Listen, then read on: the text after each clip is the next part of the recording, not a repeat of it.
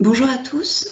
Merci, un grand merci de nous rejoindre ce matin pour ce webinaire que nous vous proposons à l'occasion du lancement de notre indice de perception de la corruption pour son édition 2020.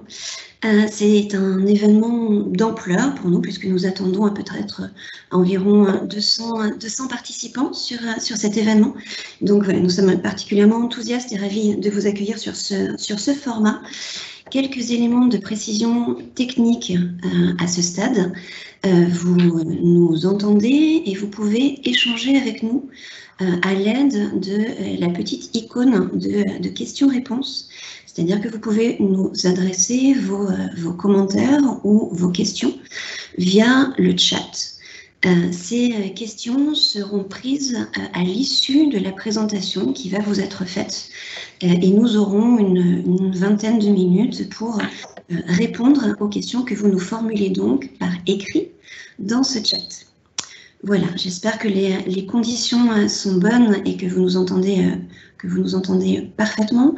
Nous allons, une dernière précision en revanche, c'est que cet événement est enregistré et donc il vous sera possible de le visionner à nouveau via les liens que nous diffuserons à partir de cet après-midi sur nos réseaux sociaux.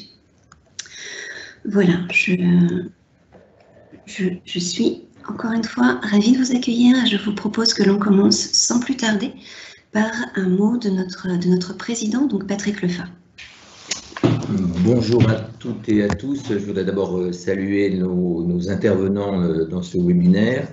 Bien sûr, Nadège Buquel, Laurence Fabre, Nicolas Bonucci, que j'ai le plaisir et l'honneur de rencontrer dans d'autres enceintes éthiques.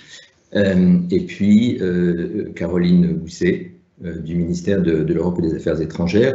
Dans un instant, Nadège va les présenter plus en détail. Moi, je voulais juste vous saluer et espérer que cet échange sera informatif pour vous et vous permettra de répondre à toutes les questions que vous posez, justement dans le cadre du chat qui est prévu à cet effet.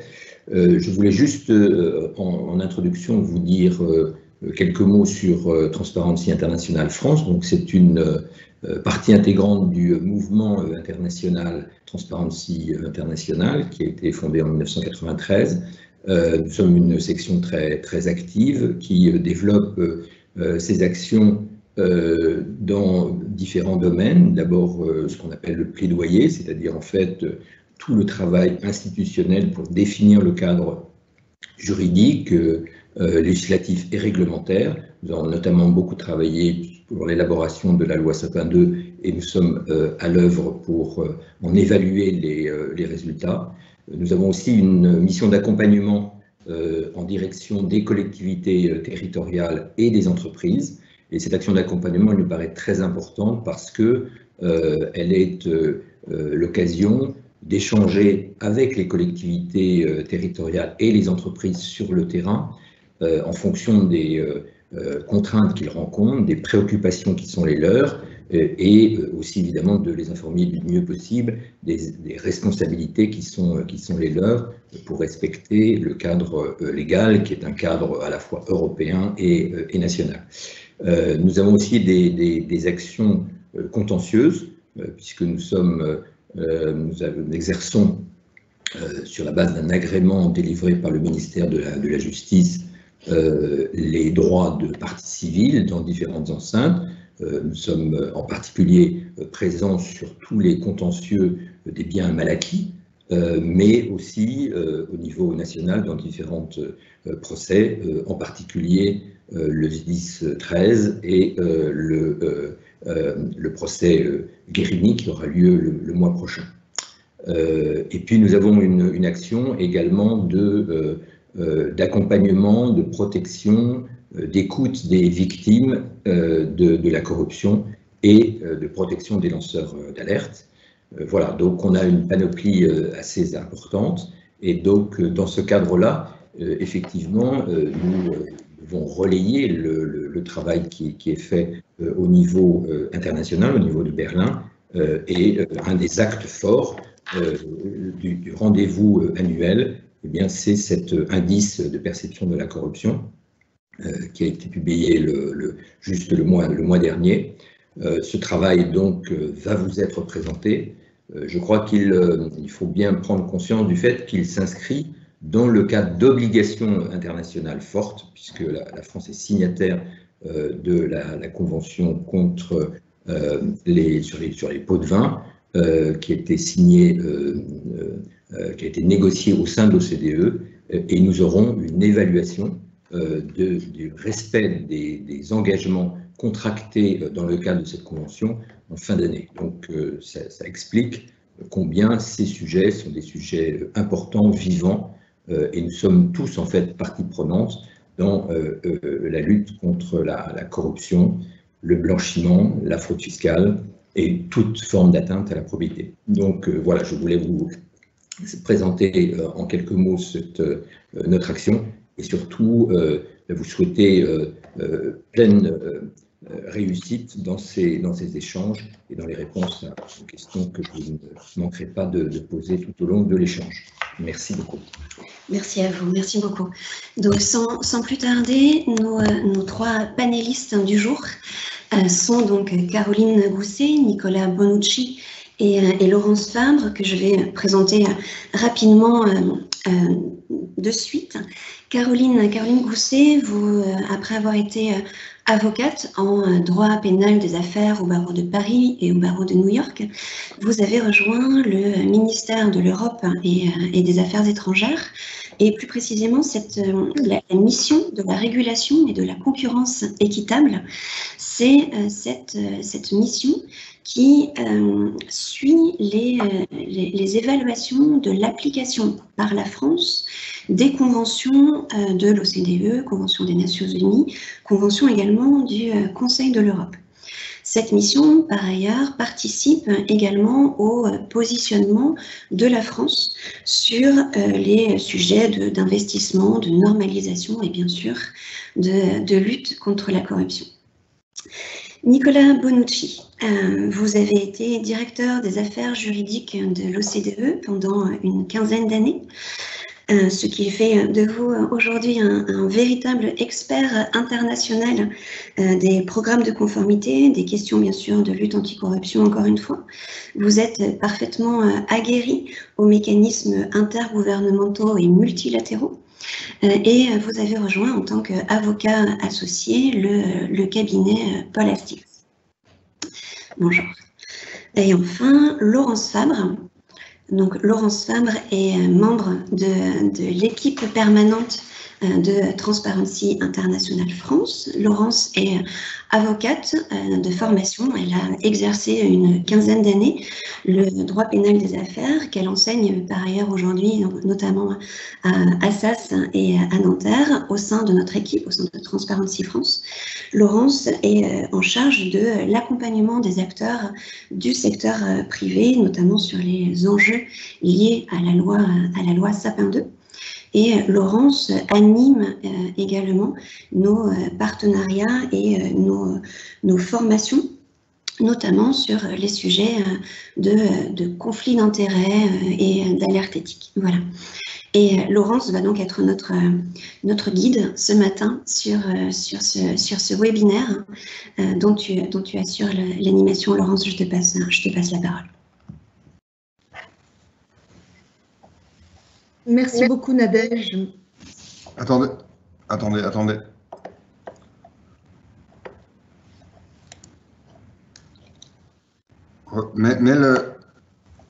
On commence sur le slide? Oui. Parti, go. Merci, Nadège, et bonjour à tous et à toutes. Je commencerai cette présentation en vous rappelant que depuis 25 ans maintenant, Transparency International publie un indice de perception de la corruption qui s'est imposé au fil des années comme une référence, un indicateur incontournable, stable et régulier parce qu'il est publié chaque année, de la corruption dans le secteur public et dans le monde. C'est vrai que s'il permet par sa longévité et sa récurrence de prendre du recul sur l'évolution, je dirais, de la morphologie de la corruption du secteur public dans le monde, il convient toujours de rappeler ce que l'indice permet de mesurer et ce qu'il ne permet pas d'évaluer. Aussi, j'exposerai quelques points de méthodologie qui aident, me semble-t-il, à la compréhension de ce que l'on peut attendre de l'indice de perception et le rôle qu'il peut être conduit à jouer dans la visualisation du phénomène de corruption sur le plan international. Ces quelques rappels nous permettront, je crois, de mieux appréhender les constats de l'indice de perception 2020 et de les mettre en perspective avec une autre évaluation de Transparency International qui est celle de la mise en œuvre de la Convention OCDE sur la corruption d'agents publics étrangers par les pays signataires. En effet, Transparency International publie tous les 2 ans un rapport qui permet d'évaluer comment les pays signataires de la Convention relative à la corruption d'agents publics étrangers mettent en œuvre cette convention, et cette évaluation est portée à la connaissance du groupe de travail à l'OCDE qui évalue justement les pays dans la mise en application de cette convention. Et comme Patrick Lefal l'a rappelé, cette année, l'évaluation entre dans sa phase 4 et la France sera évaluée par ses pairs dans ce cadre-là. Et donc, il nous a semblé que la mise en perspective de ces 2 travaux pouvait présenter un intérêt à la fois d'information, mais aussi d'une meilleure appréhension de la corruption telle qu'elle se présente aujourd'hui. Nos panélistes, que je remercie vivement, enrichiront cette présentation de leurs réflexions, leur expertise et aussi de leurs expériences professionnelles tout au long de la présentation. Je les interrogerai au fur et à mesure que je présenterai cet indice de perception 2020 sur la façon dont eux ont pu utiliser, percevoir et éventuellement critiquer cet indice de perception de la corruption. Je crois que, et c'est l'objet de cette première diapositive que vous avez sous les yeux, la première chose qui me paraît essentielle, c'est de bien cadrer ce qu'est l'indice de perception de la corruption et d'abord ce qu'il n'est pas. L'indice de perception de la corruption n'est pas un sondage d'opinion. Il ne s'agit pas ici de recueillir l'avis par sondage d'un certain nombre de citoyens dans le monde sur la façon dont ils pourraient voir la corruption. Nous avons un baromètre de la corruption, mais qui est beaucoup moins régulier et qui se livre à ce type d'enquête. Mais l'indice de perception de la corruption, c'est juste une combinaison d'enquêtes et d'évaluations d'institutions. J'y reviendrai tout à l'heure et c'est un travail mathématique, je dirais, de combinaison de ces enquêtes et de ces évaluations qui permet d'obtenir le résultat de l'indice de perception de la corruption.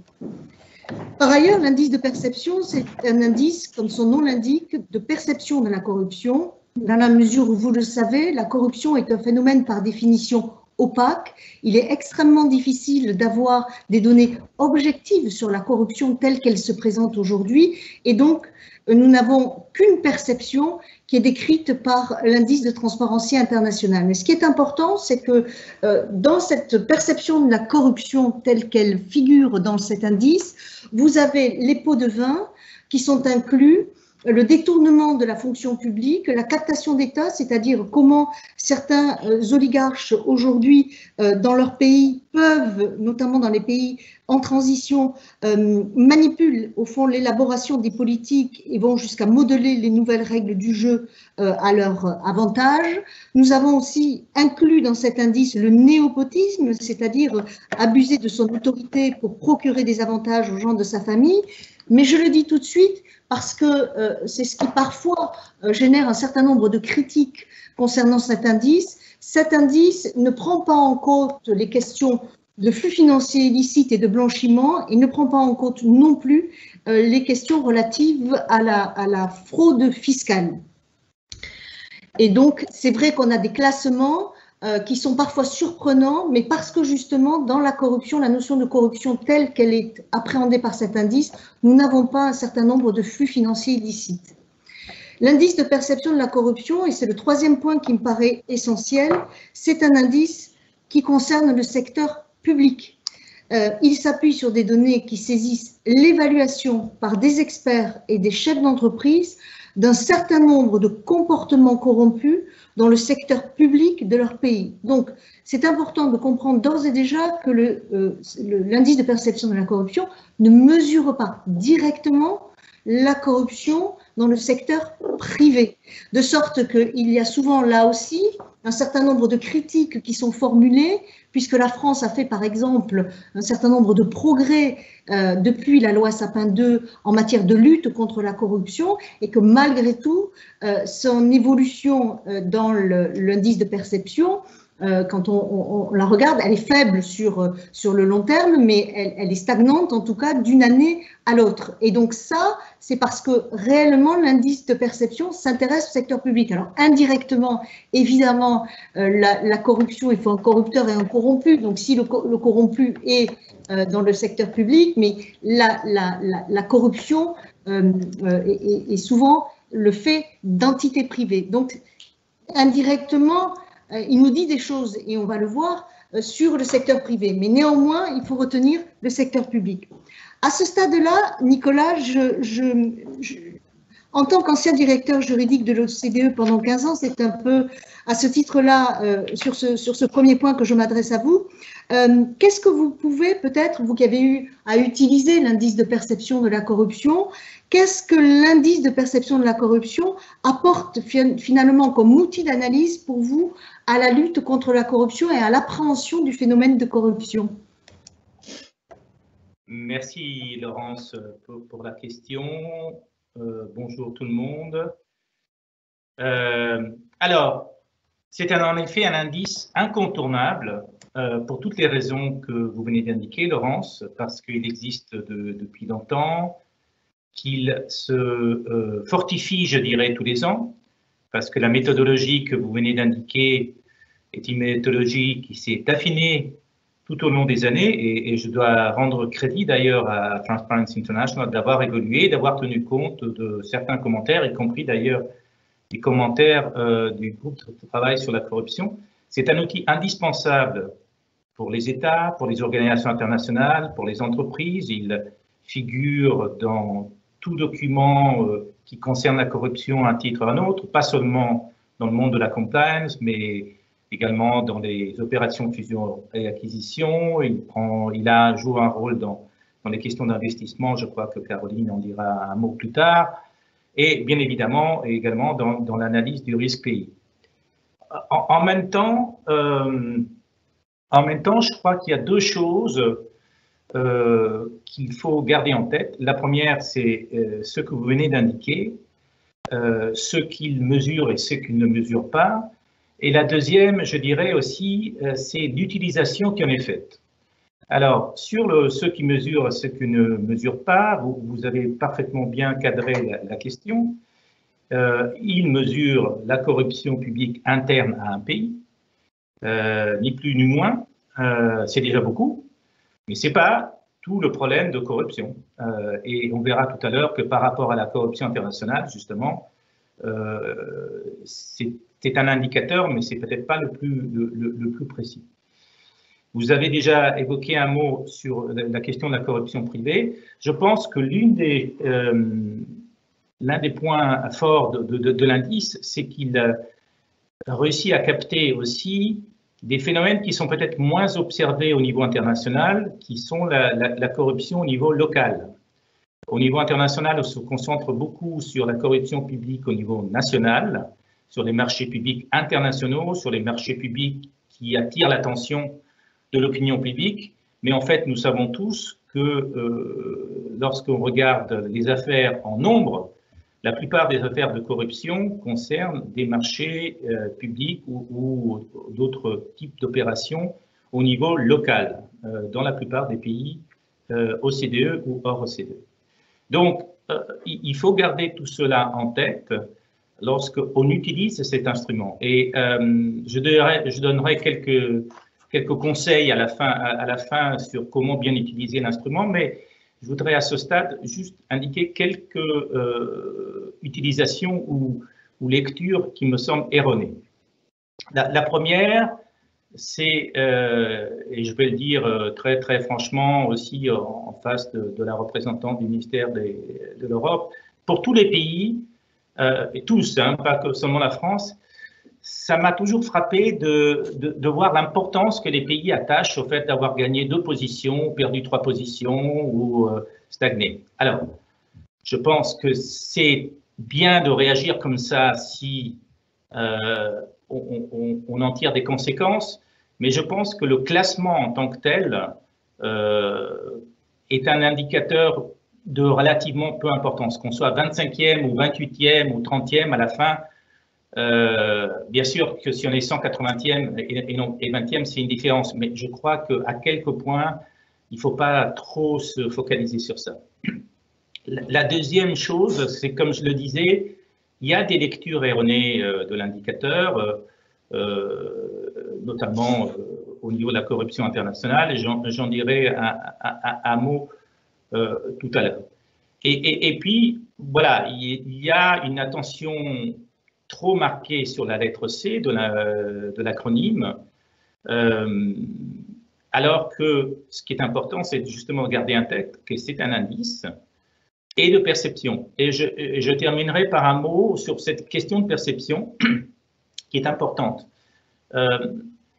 Il y a plusieurs études qui ont été faites dans des pays qui ont peut-être pas les plus en bas de l'échelle, mais un pays que je connais bien, l'Italie, mais d'autres aussi, dans le décalage entre la perception et la réalité, dans le sens où on interroge les chefs d'entreprise sur les situations dans lesquelles, effectivement, ils ont été confrontés à une sollicitation où ils ont payé un quota. Et alors, toute enquête est critiquable et perfectible, mais il semble y avoir quand même parfois des décalages entre la perception et la réalité du monde des entreprises. C'est-à-dire que la perception est souvent plus négative que la confrontation à des faits réels dans lesquels l'entreprise a été confrontée à une sollicitation ou s'est retirée d'un appel d'offres parce qu'elle pensait que cet appel d'offres était truqué. Voilà, donc on va en dire un mot tout à l'heure, mais tout ça pour dire que le panorama est peut-être un peu moins grave que la perception, tout en notant que la perception est quand même importante. Et la perception, c'est aussi celle qui donne la confiance. Je crois que l'une des leçons que nous avons retenues dans les dernières années, et je terminerai par là, c'est que cet indice est aussi extrêmement lié à la confiance que l'opinion publique a dans sa classe politique et dans ses dirigeants. Et on voit dans les enquêtes, vous en avez cité quelques-unes, que la corruption est devenue une préoccupation majeure de la plupart des pays, quel que soit leur niveau de développement. Donc la perception, même si parfois elle est peut-être biaisée, ne peut pas être ignorée par la classe politique.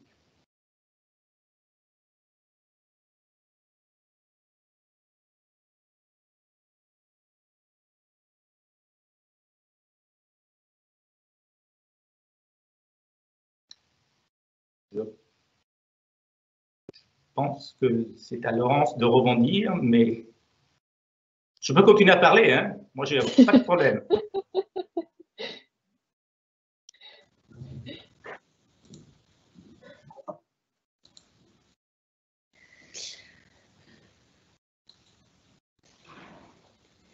Pardonnez-moi, est-ce que vous m'entendez?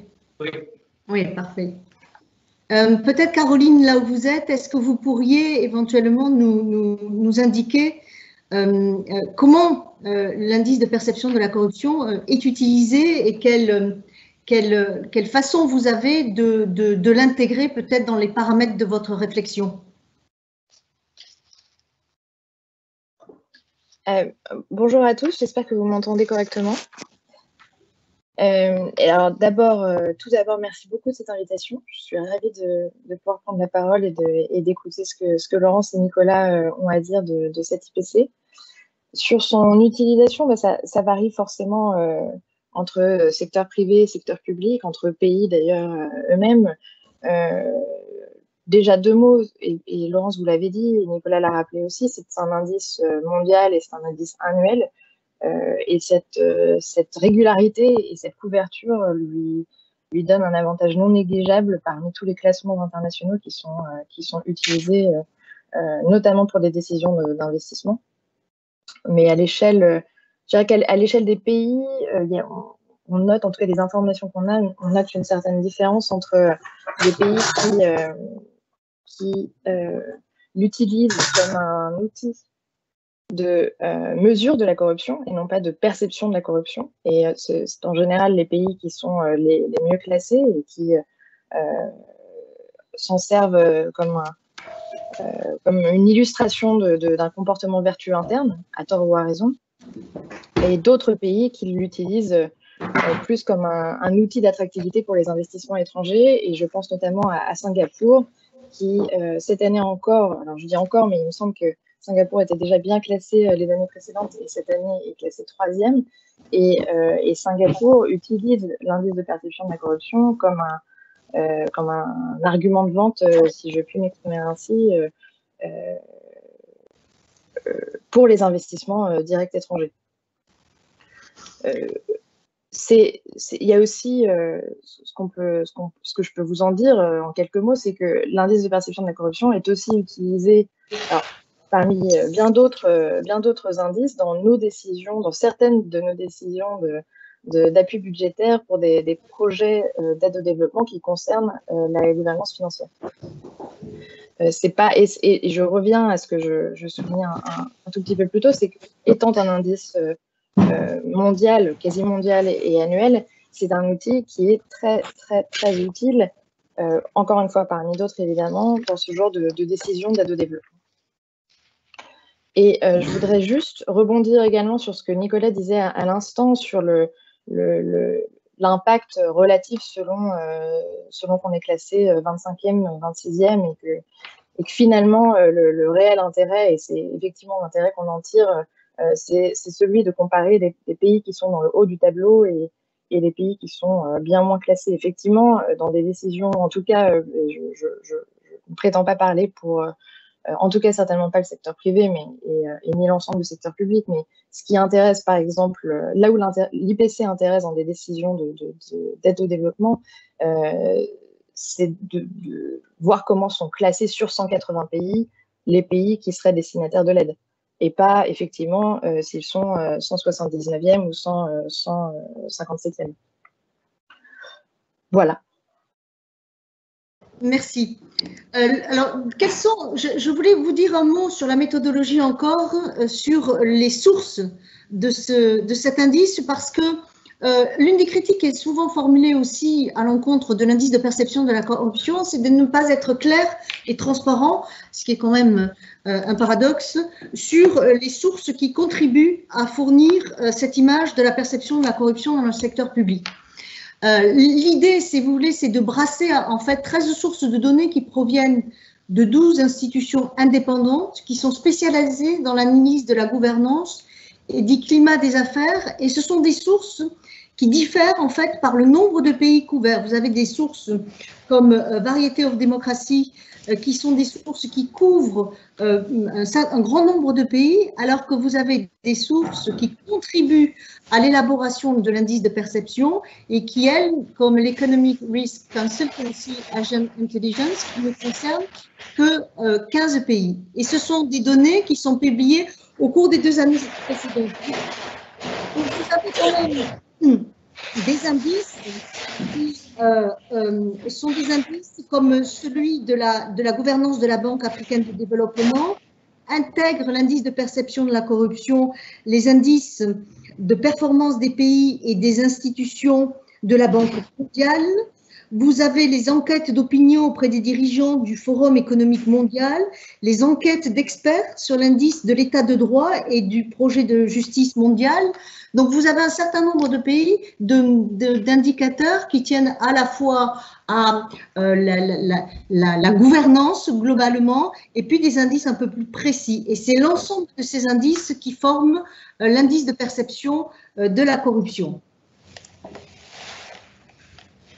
Pourquoi cet indice, en fait, est-il considéré comme fiable? Il faut savoir que, et Nicolas le disait tout à l'heure, la méthodologie de l'indice de perception de la corruption s'est affinée au fil des années et c'est un indice qui a fait l'objet d'un audit par la Commission européenne en 2017 pour savoir quel était son degré de fiabilité et sa valeur ajoutée par rapport aux différents indices existants. Et je crois que le point essentiel qu'il nous faut retenir, c'est qu'au fond, le principal avantage de l'indice de perception de la corruption réside dans le fait que c'est un indice qui, agrégeant un ensemble de sources indépendantes, mesurant un même concept, est plus fiable au fond que chacune des sources prises séparément. Donc on gagne en fiabilité. Et puis, toutes les sources, et c'est ce qui a été apprécié dans cet audit, contribuent dans une plus ou moins large mesure, en fait, à déterminer le classement de l'IPC de manière équilibrée. Donc, il y a une contribution assez équilibrée de ces sources à la composition de l'indice de perception. Et puis, c'est un indice qui est fiable parce qu'il reflète avec précision quand les différences entre les pays sont significatives. Après, il y a une question d'interprétation, et c'est ce que nous voyons aujourd'hui, de façon à ne pas faire porter à l'indice de perception de la corruption des données qu'il ne peut pas, par la façon dont il est conçu et son périmètre, qu'il ne peut pas porter. Et puis, on le dit en filigrane depuis le début, le grand avantage de l'indice de perception de la corruption, c'est qu'il existe maintenant depuis 25 ans, donc c'est une référence stable, il est annuel, et donc il nous permet de mesurer une évolution du phénomène de la corruption dans le secteur public, qui est une évolution dans le temps sur une plus grande échelle, ce qui est assez rare finalement dans les indices et assez singulier par rapport aux indices qui existent aujourd'hui. Nicolas, est-ce que vous pourriez peut-être dire à ce stade un mot, vous avez commencé à l'indiquer, de ce qui pourrait apparaître au fond comme peut-être certaines limites à cet indice, à son usage, et puis la façon dont vous pourriez conseiller les entités qui se servent aujourd'hui, on le rappelait, de l'indice de perception de la corruption. Oui, merci Laurence pour la question. Et je vais d'ailleurs en profiter pour essayer de répondre à une ou deux questions qui ont été envoyées par les participants. Oui, comme j'ai commencé à l'indiquer, cet indice mesure un certain nombre de choses, il n'en mesure pas d'autres. Vous avez indiqué, par exemple, que cet indice, et j'ai vu une question sur la nécessité d'avoir peut-être un indice en matière de blanchiment et de flux illicites. Pourquoi pas, en effet. Prenons le cas, par exemple, du Luxembourg, qui fait la une de l'actualité en ce moment avec l'enquête dans le monde. On voit que le Luxembourg est un pays sans porter de jugement de valeur, mais qui attire un certain nombre de flux financiers. Et je ne vais pas rentrer dans la distinction entre évasion, fraude, optimisation fiscale. Mais enfin, c'est une plaque tournante financière et comme on sait, chaque plaque tournante financière comporte un certain nombre de risques.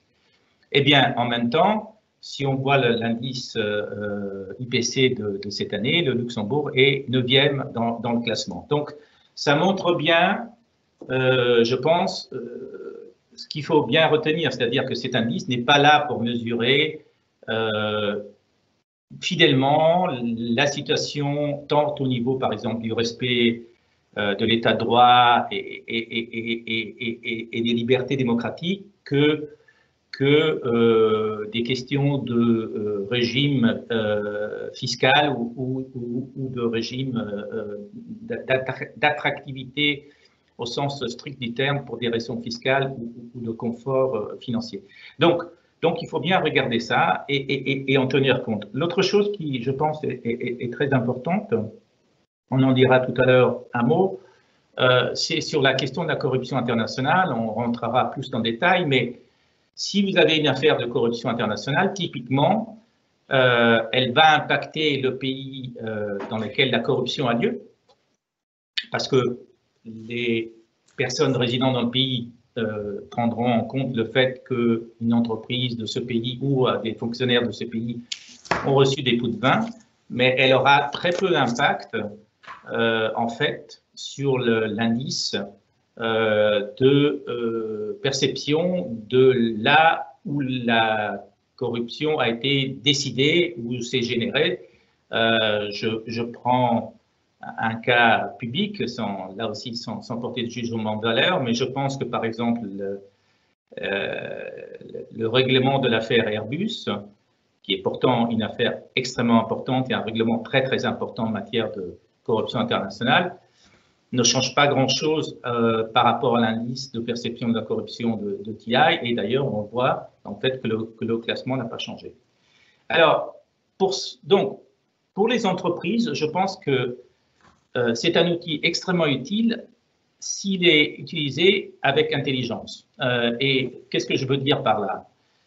Je pense qu'il faut le confronter à d'autres indices, il y a d'autres sources. Alors, c'est vrai que c'est déjà une collection d'indices, mais je pense que c'est important aussi de le confronter à d'autres sources en fonction, et ça c'est très important, et c'est ce que je dis aux entreprises avec lesquelles je collabore aujourd'hui, en fonction aussi du type de business que l'entreprise est en train de faire. Il est évident que l'indice est fondamental si par exemple le type de business requiert des interactions très très importantes avec le secteur public. Il est peut-être moins fondamental si le type de business ne requiert pas un niveau d'interaction extrêmement important. Et par ailleurs, même dans le niveau d'interaction avec le secteur public, je pense qu'il est important au niveau de l'entreprise d'aller dans une analyse parfois un peu plus granulaire que le simple risque pays. Il y a beaucoup d'enquêtes complémentaires qui existent, parfois des micro-enquêtes qui peuvent permettre par exemple de mesurer si une entreprise doit, par exemple, utiliser de façon récurrente et importante les services de douane, il y a des autres moyens de mesurer quel est le risque au niveau des douanes dans tel ou tel pays. Donc, il faut aller au-delà du risque pays. Le risque pays est un risque global qui, franchement, honnêtement, quand on regarde la carte, on ne peut pas dire qu'il y ait d'énormes surprises quand même dans ce que dit la carte. C'est-à-dire que la carte reflète, à mon sens, assez fidèlement la situation d'un pays, mais à l'intérieur de chaque pays, il peut y avoir aussi des considérations à avoir. Donc, ce que je conseille toujours aux entreprises, c'est d'être plus granulaire dans leur évaluation, en fonction, bien sûr, des nécessités de leur business.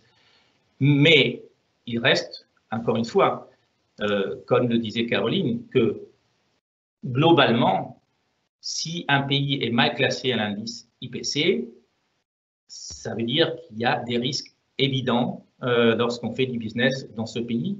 Et globalement, si un pays est bien classé dans l'indice IPC, il y a beaucoup moins de risques si on travaille dans ce pays.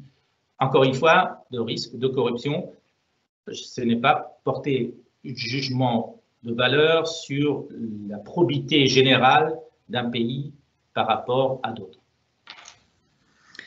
Merci Nicolas. Caroline, est-ce que tu pourrais éventuellement nous dire si, de ton point de vue, l'indice de perception de la corruption peut être utilisé en matière de soutien au développement et comment ? Oui, alors je touchais deux mots sur ce sujet un peu plus tôt. Ça ne peut pas être le seul indice exploité dans le cadre d'une aide au développement. C'est nécessairement un paramètre parmi d'autres et encore une fois contextualisé et en comparatif sur 180 pays et pas sur les 10 pays qui sont dans la même partie du classement de l'IPC. Et d'ailleurs, ce serait intéressant je trouverais intéressant d'y revenir tout à l'heure, mais il y a une littérature académique, et particulièrement américaine d'ailleurs, qui reproche à l'IPC de freiner les investissements justement dans les pays les moins bien classés et du coup dans la région du monde où la plupart de ces pays se situent et finalement de contribuer, de perpétuer, alors pas l'IPC évidemment, mais en freinant les investissements, de limiter justement les conditions d'une aide au développement, de limiter, on parlait de risque, mais de limiter l'envie, mais la certitude, ou en tout cas la sécurité qu'on peut vouloir en tout cas pour un investissement qu'il soit privé ou public. Et c'est pas du coup inintéressant justement dans ce contexte-là, de se souvenir que c'est un indice de perception de la corruption et pas un indice de mesure de la corruption. Mais ça, on l'a dit déjà maintes fois et on le dira à nouveau. Et on parlait de fiabilité de l'IPC. Cette fiabilité, elle est incontestable. Et Nicolas vient de le dire, non seulement parce que il est basé sur différentes sources, sur une 12 ou 13 sources, et que les marges d'erreur de chacune de ces sources, du coup, sont atténuées entre elles. Au demeurant, je crois que... moi, j'ai une question, en tout cas, pour Transparency, c'est comment est-ce que... J'ai plusieurs questions pour Transparency. Comment est-ce que on a défini la corruption qui était mesurée dans sa perception de pays en pays? Est-ce qu'on parle de corruption en fonction de sa fréquence, en fonction des montants en jeu, en fonction des avantages indus? Est-ce qu'on prend en compte des biais qui sont d'ailleurs très naturels et inévitables, quelle que soit la bonne volonté des interrogés sur la perception qu'ils ont justement de l'action publique en fonction de leur soutien plus ou moins prononcé à cette action publique-là? Donc tout ça pour dire que c'est peut-être une longue réponse et peu claire, mais c'est parce qu'il y a quand même quelques incertitudes, en tout cas à nos yeux, sur la construction de cet IPC qu'il ne peut être utilisé, encore une fois, que comme un élément parmi d'autres dans des décisions d'aide au développement, dans des décisions d'investissement. Merci Caroline. C'est vrai que la question que tu poses, c'est une question qui nous est très souvent posée. C'est la raison pour laquelle j'ai pris le temps de réexpliquer un peu quelles étaient les sources de cet IPC, sachant que la couverture de chaque indice est variable, mais que ne sont retenus que des indices qui permettent de couvrir des pays, au moins 3 pays. Mais en plus, chacune des sources est totalement transparente dans sa méthodologie. Donc, c'est en recoupant au fond la méthodologie de chacune des sources utilisées avec la méthodologie Transparency International qu'on arrive au fond à ce degré de fiabilité, parce que la transparence de ces indices était pour nous un élément essentiel dans la construction de l'outil. Mais c'est vrai qu'après la méthodologie qui est tout à fait statistique et mathématique, est toujours de fait un peu opaque, mais que cette fiabilité a quand même été renforcée par, comme l'a dit Nicolas, l'évolution de la construction des indices et par ailleurs les audits que nous avons fait faire pour justement s'assurer de l'intérêt et l'avantage que pouvait présenter le brassage de l'ensemble de ces sources. Mais ça reste évidemment des éléments qu'on peut de toute façon retrouver sur la plateforme de Transparency International qui met à disposition une sorte de vade-mecum qui permet de savoir la construction de chacun des indices et comment ensuite les indices sont brassés entre eux pour donner l'indice de perception. Alors, passons maintenant au constat. Mais je crois qu'il était important de recadrer quand même cet indice de perception dans son périmètre. Eh bien, la cartographie de la perception de la corruption en 2020 n'offre pas un tableau particulièrement réjouissant de la corruption dans le monde.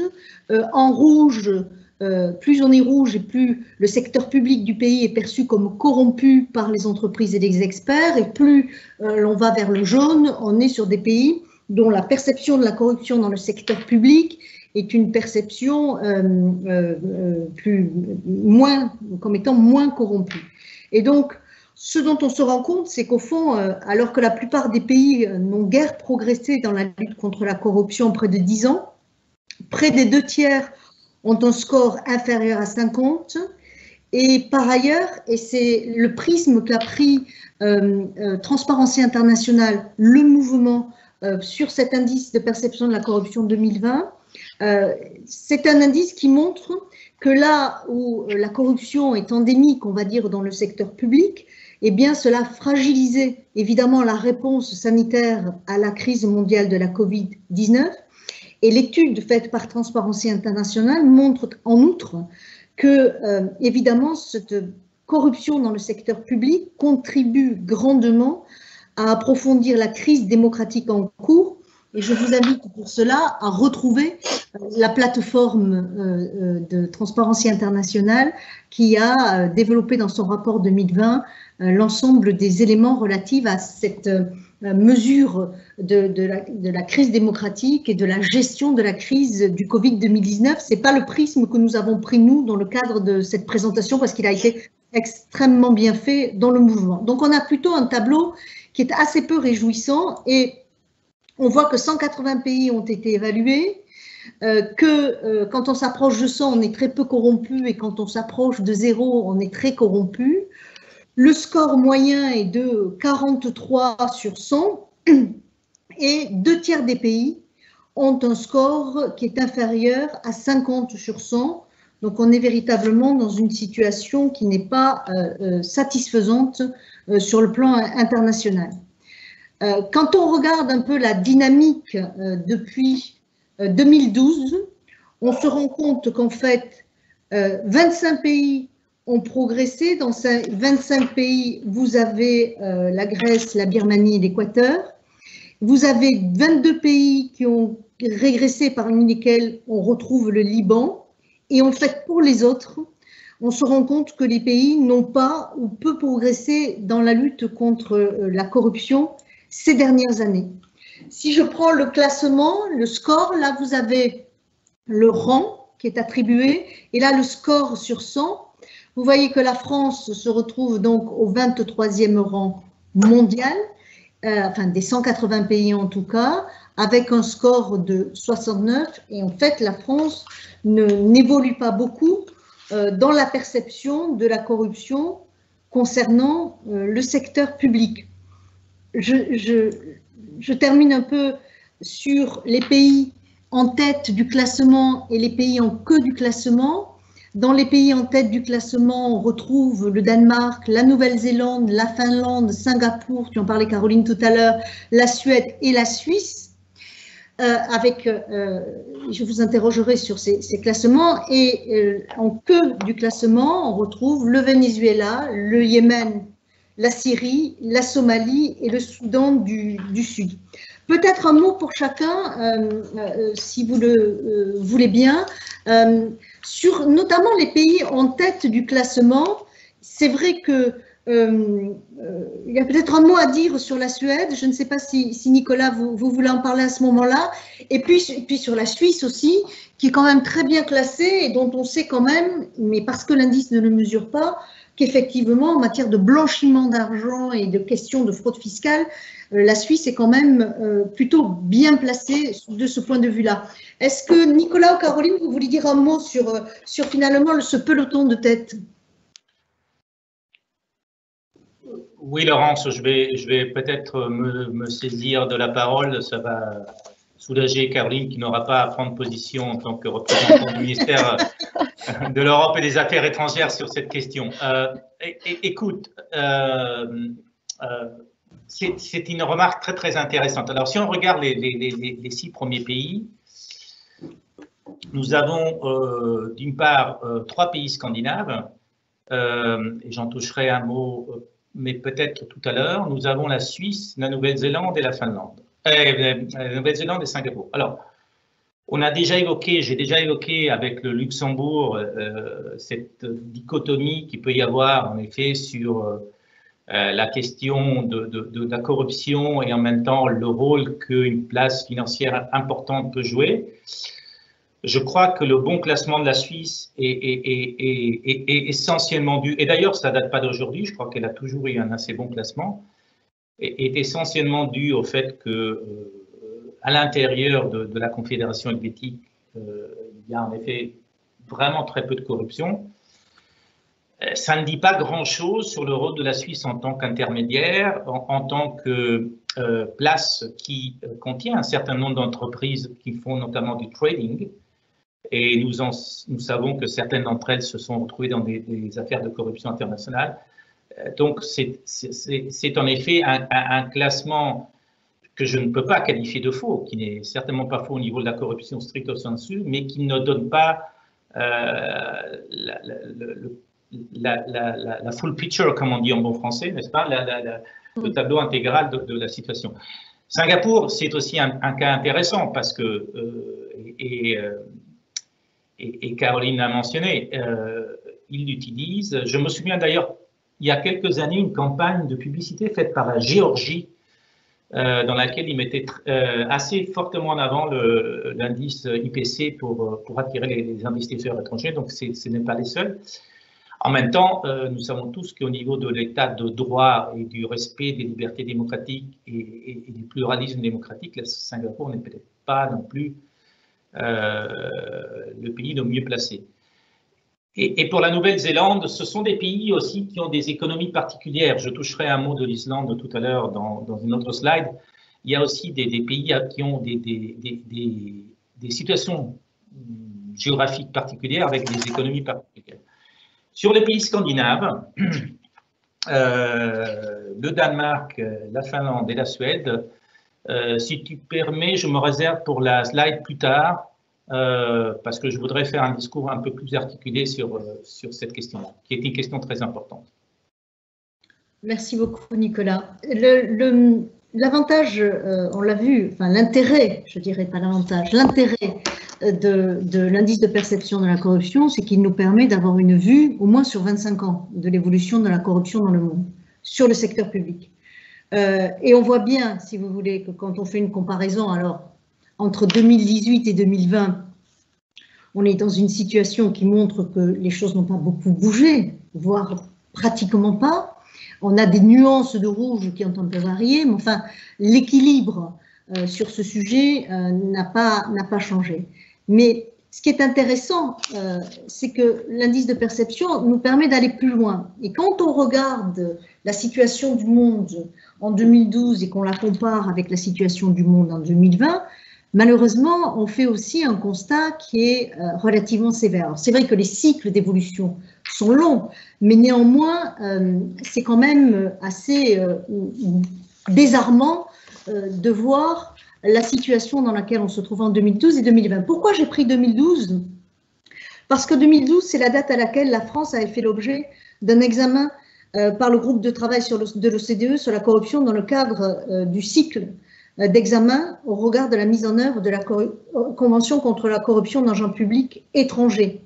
Et sur la France, à cette époque-là, le groupe de travail avait déploré, avant que nous ayons cette législation, Sapin 2, le peu de condamnations en France pour la corruption transnationale. Je crois qu'on ne peut pas analyser cet indice de perception de la corruption sans parler de la grande corruption internationale qui va concerner en grande partie les agents publics étrangers. Donc on a un mouvement, mais on s'aperçoit en réalité que la corruption dans le secteur public reste stable et pérenne. C'est peut-être à ce moment-là, Nicolas, que tu voudrais nous parler peut-être à plus grande échelle dans le temps de l'évolution des mouvements que l'on observe et peut-être comment aujourd'hui, devant ce constat, on peut développer une forme d'encouragement, je dirais, pour combattre la corruption quand on est face à de telles faiblesses de progrès en réalité. Oui, alors écoute, il serait facile en effet de se décourager en regardant ce tableau, dont d'ailleurs je pense, sans avoir d'absolue certitude, mais je pense que si on remontait un peu plus loin dans le temps, il ne serait pas fondamentalement différent néanmoins. Alors, il y a quelques explications et quelques raisons quand même de ne pas totalement désespérer. La première, et Laurence vous l'avait indiqué, c'est qu'en fait l'indice se renforce. Et donc l'indice se renforçant, il devient quelque part plus critique. C'est-à-dire que je pense que l'indice du début de Transparency International, s'il était appliqué aujourd'hui, d'ailleurs ça pourrait être un exercice amusant à faire, si l'indice du début était appliqué aujourd'hui, indiquerait peut-être une situation plus favorable pour un certain nombre de pays parce qu'il était moins sophistiqué. Et il est clair que en grattant, si je puis dire, et en cherchant, on trouve plus de choses qu'en restant sur la surface. La deuxième chose que, bien sûr, cet indice ne mesure pas, et ce n'est pas son objet, c'est l'évolution quand même fondamentale du cadre juridique international qu'il y a eu depuis le milieu des années 2000, qui fait que il y a quand même des mécanismes de suivi en dehors des indices que vous venez d'évoquer, mais celui de l'OCDE dont vous avez parlé tout à l'heure, mais aussi d'autres organisations, notamment le GRECO et l'OAS. Le troisième point, et je rebondis sur une question qui concerne la France. Je vois une question qui s'interroge sur la stagnation de la France depuis 2012, alors qu'il y a eu beaucoup de réformes. Je pense qu'il y a un décalage toujours entre les actions entreprises et la perception de ces actions. Donc, il faut que, et on en revient à ce que je disais tout à l'heure, il faut que les pays aussi acceptent de s'inscrire dans la durée. Les réformes dont on a parlé, donc, sont des réformes qui ont quelques années entre le moment où elles ont été établies, mais il faut, on le sait tous, un temps physiologique pour que la chose rentre vraiment dans l'acquis du pays. Et par ailleurs, justement, ces réformes, quelque part, produisent des résultats. La haute autorité pour la transparence de la vie publique a fait un certain nombre d'actions, donné un certain nombre de recommandations, et c'est très bien, mais quelque part, ça renforce la perception qu'il y a peut-être un problème. Alors qu'avant, comme il n'y avait pas de haute autorité, on ne savait rien, il n'y avait pas de transparence, et que donc la perception était peut-être moins liée à la réalité. C'est-à-dire que lorsque vous avez des grandes affaires comme il y a eu en Italie dans les années 90, l'affaire main propre, ou l'affaire Lava Jato au Brésil, vous avez immédiatement une augmentation de la perception du niveau de corruption. Parce que ça fait la première page des journaux. Mais ça ne veut pas forcément dire que la situation avant ces opérations était bien meilleure que la situation après les opérations. Et donc, je crois qu'il faut aussi regarder cette dynamique-là. Je ne sais pas comment l'aborder, mais c'est une dynamique qui existe dans plusieurs pays. Ce qui est certain, malgré tout, et je terminerai là, c'est que avec tous les caveats que je viens d'indiquer, il reste que globalement, on doit faire le constat que le phénomène de corruption est loin d'avoir été éradiqué et qu'il reste prégnant dans un certain nombre de pays, et pas seulement des pays en voie de développement. Merci Nicolas. Caroline, est-ce que de ton côté à toi, tu peux éventuellement nous donner quelques éclairages sur finalement la faiblesse de ce mouvement et de progrès? Oui, merci Laurence. Comme vous l'avez dit tous les deux, et je crois que tout le monde, beaucoup de gens qui nous écoutent le savent aussi, la lutte anticorruption est un phénomène à temps très long.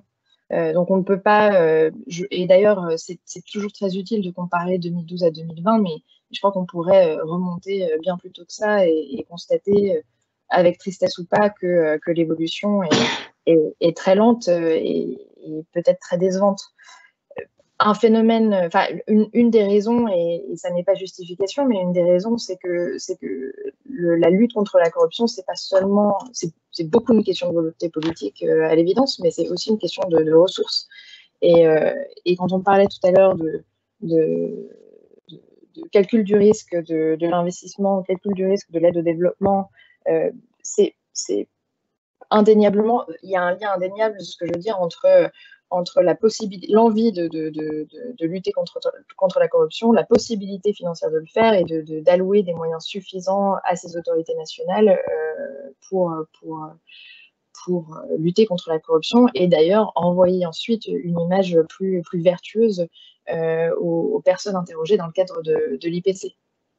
Je me permets de rebondir brièvement sur ce qu'a dit Nicolas à propos de la France, et c'est effectivement une question qui a été posée, et sans vouloir trop rentrer dans le rôle de l'avocate de la France, y compris dans le cadre des évaluations auxquelles elle est soumise cette année, on peut, et je rejoins la question, on peut quand même s'interroger sur le fait que la place de la France n'a absolument pas bougé à une place près ou deux depuis 2013. Et d'ailleurs, Laurence ou Transparency, mais en général, corrigez-moi, mais je crois que, y compris avant 2013, la place de la France tournait autour de la 23e, 22e, 24e place. Et il y a plusieurs explications à ça.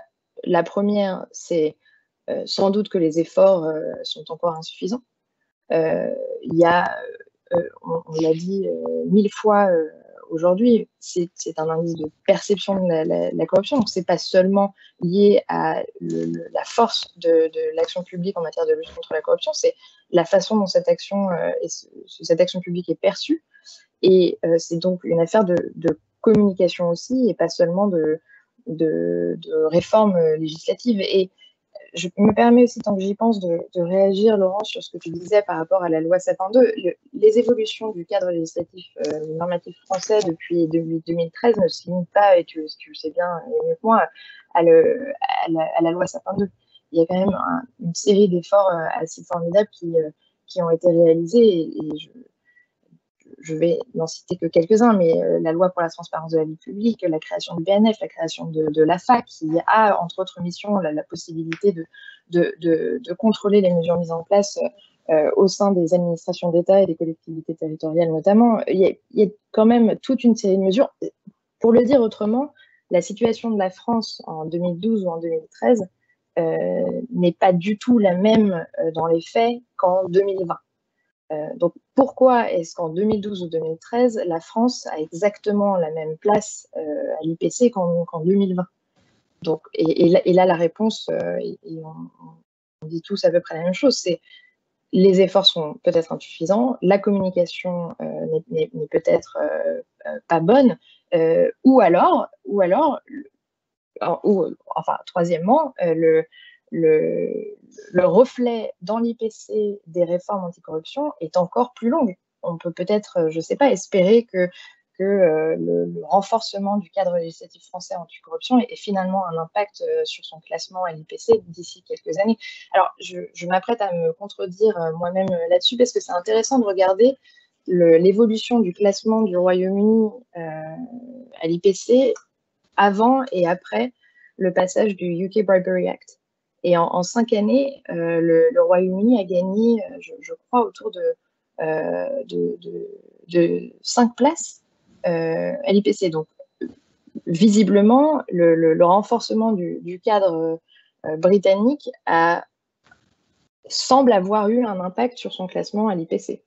Et sur ça, j'ouvre le débat, et j'ouvre la réaction de Nicolas peut-être et de Laurence. Merci Caroline. Je vais te répondre sur la France, mais je vais peut-être avancer justement en faisant un focus, en se rapprochant justement de la France, avec un constat concernant l'Europe de l'Ouest et l'Union européenne par pays. Donc il y a 31 pays de l'Union européenne qui ont été évalués. On retrouve le Danemark, la Finlande et la Suède dans les scores les plus élevés. Et puis, ceux qui ont un score tout à fait moyen, qui sont des pays qui sont la Hongrie, la Roumanie et la Bulgarie. Avant vraiment de passer à la France, qui sera l'objet de notre prochaine slide, et de voir comment Transparency analyse la situation de la France au regard de l'indice de perception, peut-être, Nicolas, tu pourrais nous dire, tu as commencé à le dire d'ailleurs, un mot sur la situation peut-être de la Suède, du Danemark et même de la Norvège, avec, je crois, l'axe fort qui est celui de la volonté politique, qui permet aussi d'interpréter quand même l'indice de perception de la corruption. On est sur des sujets d'engagement et d'engagement politique. Comment on peut expliquer une telle différence peut-être entre la Suède, la Norvège et comment finalement des pays qui ont déjà des scandales importants sur la corruption peuvent finalement se retrouver malgré tout dans le haut du classement? Oui, alors, je pense que les points soulevés par Caroline sont des vrais points et il faudra un jour ou l'autre peut-être qu'on se penche sur, en effet, qu'est-ce qui fait bouger l'indice ou pas. Comprendre quels sont les éléments qui font bouger l'indice ou pas. Parce que je donne par exemple un exemple à Caroline sur lequel il y a peut-être matière d'inspiration. La situation italienne qui n'est absolument pas brillante, mais entre 2012 et aujourd'hui, l'Italie a gagné quand même 11 places, tout en étant bien moins classée que la France. Mais peut-être que là, il y a des choses à voir sur l'effort à moyen long terme. Juste une petite parenthèse sur ça. Sur la question des pays scandinaves, c'est une question sur laquelle j'ai beaucoup réfléchi, parce qu'il y a un vrai décalage, et on le verra tout à l'heure dans une diapo absolument magnifique que Transparency a préparée à ce propos. Il y a un vrai décalage, il y a un vrai découplage entre la situation à l'intérieur de ces pays et le comportement des entreprises sur les marchés internationaux. Et je crois qu'il faut bien mesurer que cela existe dans bon nombre de cas, et comme je le dirais, il y aura une diapo qui va l'illustrer parfaitement. Pour ce qui concerne la Suède, par exemple, vous avez tous en tête le cas d'une ministre qui a dû démissionner parce qu'elle avait utilisé sa carte professionnelle pour un achat de 150 € alors que c'était un achat personnel et qu'elle avait remboursé déjà. Voilà, ça c'est le niveau de tolérance à l'intérieur du pays. Ça donne une indication du niveau de tolérance à l'intérieur du pays, c'est-à-dire que ce sont des pays extrêmement égalitaires. Le CDE les a étudiés sur beaucoup d'autres aspects, qui sont extrêmement attentifs, avec une éthique quasi très rigoureuse, et donc il n'y a vraiment pas le droit à l'erreur si vous êtes un homme politique d'un de ces pays-là. En même temps, les entreprises de ces pays, lorsqu'elles vont à l'international, se comportent à peu près comme toutes les entreprises. Il ne faut pas oublier que, par exemple, la Suède est un des plus grands exportateurs d'armes au monde.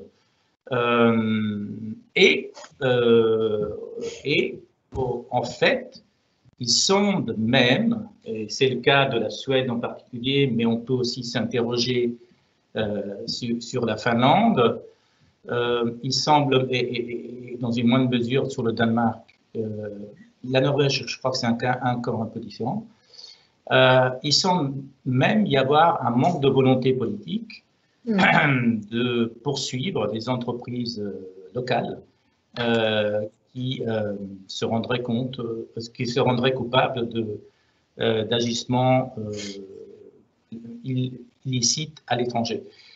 Et il y a un vrai problème. Alors, il y a aussi un vrai problème au niveau de la mise en œuvre de la Convention OCDE anticorruption dans les pays scandinaves, qui est un problème lié au système judiciaire et au niveau de preuves que les juges exigent. Mais il semble qu'il y a un vrai problème politique. D'ailleurs, l'OCDE avait évalué la Suède en phase 3 et avait été extrêmement négative sur la Suède et avait même dépêché une mission particulière en Suède pour examiner les raisons qui faisaient que la Suède avait très peu de poursuites en matière de corruption internationale.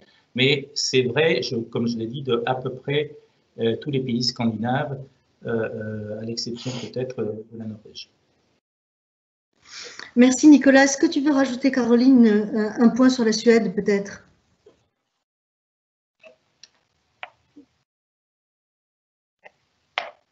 Alors, oui, je ne sais pas si vous m'entendez, j'ai l'impression. Très bien. Ça y est.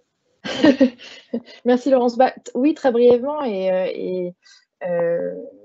juste pour rebondir sur ce que Nicolas disait, la Suède fait justement partie de ces pays, selon les informations que nous avons, qui utilise l'IPC volontairement comme indice de mesure de la corruption, pas comme un indice de mesure de la perception de la corruption. Et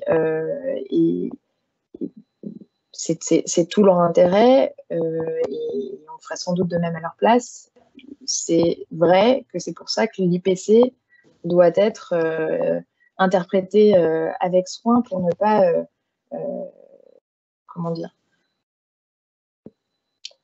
ne pas désencourager, ça n'est pas français, mais vous aurez tous compris, des efforts qui sont nécessaires en interne en termes de lutte contre la corruption.